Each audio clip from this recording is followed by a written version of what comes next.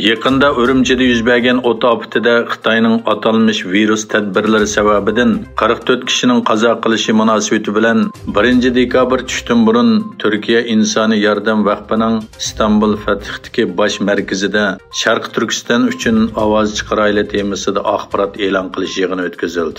Mazkur bayonot e'lon qilish yig'ini Turkiya insoniy yordam vaqfining boshchiligi, Xalqaro Sharq Turkiston tashkilotlar birligi va Xalqaro ko'chmanlar huquqi jamiyatining hamkorligi bilan shakllandi.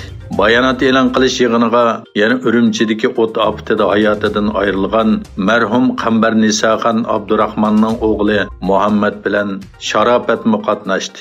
İnsani yordam vaqfi raisi Boland Yildirim so'z qilib, Xitoyning kelgusida dunyoni vayron qiladiganligini, ammo islom dunyosining Xitoydan manfaat olish qo'ydi ekanligini, Xitoy ishg'oliyat ostidagi xalqlarni vayron qilib bo'lgandan keyin navbat islom dunyosi va boshqa davlatlarga keladiganligini, islom dunyosi buning oldini olish uchun Xitoy bilan qilayotgan barliq savdolarni to'xtatib, Xitoyga embargo yurgizish kerakligini bildirdi.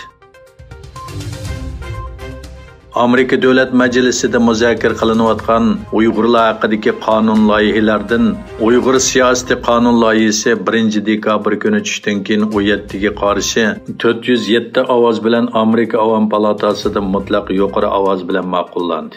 Bu qonun loyihasini 2022 yil 7 aprel kuni Amerika Kengash palatasining a'zosi Marco Rubio, Avam palatasining a'zosi Yang Kim va Ami Bera qatorliqlar Amerika Davlat Majlisida tanishtirgan. Shuningdek, bu qonun loyihasi orqali Xitoy Kommunist partiyasi rahbarlik qilayotgan Xitoy hukumatining Uyg'urlarga qarata ijro qilayotgan turli ziyonkashliklarni cheklash hamda Uyg'urlarning navbatdagi ahvolining yaxshilanishiga turtki bo'lish nishon qilingan. Yaponiya kabinetining katibi Harukazu Matsuno payshanba kuni Yaponiyaning Xitoy va Rossiyaning Yaponiya zaminini cho'radigan holda elib berayotgan birlashma havo armiya faoliyatidan ig'ir andish qilganligini bildirdi.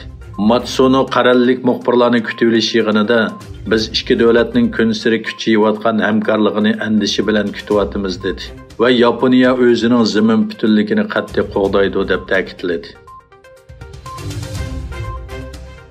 Xitoyning Londondagi bosh elchixonasi Angliya parlament a'zolari vakillar o'mikining Tayvanga qilgan ziyorati sababli Angliyani Xitoyning ichki ishlariga aralashdi deb aybladi. Angliya parlament a'zolaridan tarkib topgan bu komitet tunugun Tayvan bosh ministri Su Jinchang bilan ko'rishgan bo'lib, bugun Tayvan rahbari Tsai Ing-wen bilan ko'rishdi. Amerika prezidenti Biden bilan Fransiya prezidenti Macronning uchrashishidan keyin e'lon qilingan bayonotda energiya, yadro tahdidi, bo'shliq va sog'lomlik, bo'libmi Ukraina va bexatarlik masalasi qatorliq nurg'un masalalarda hamkorlikni davomlashtirish to'g'risida signal berildi.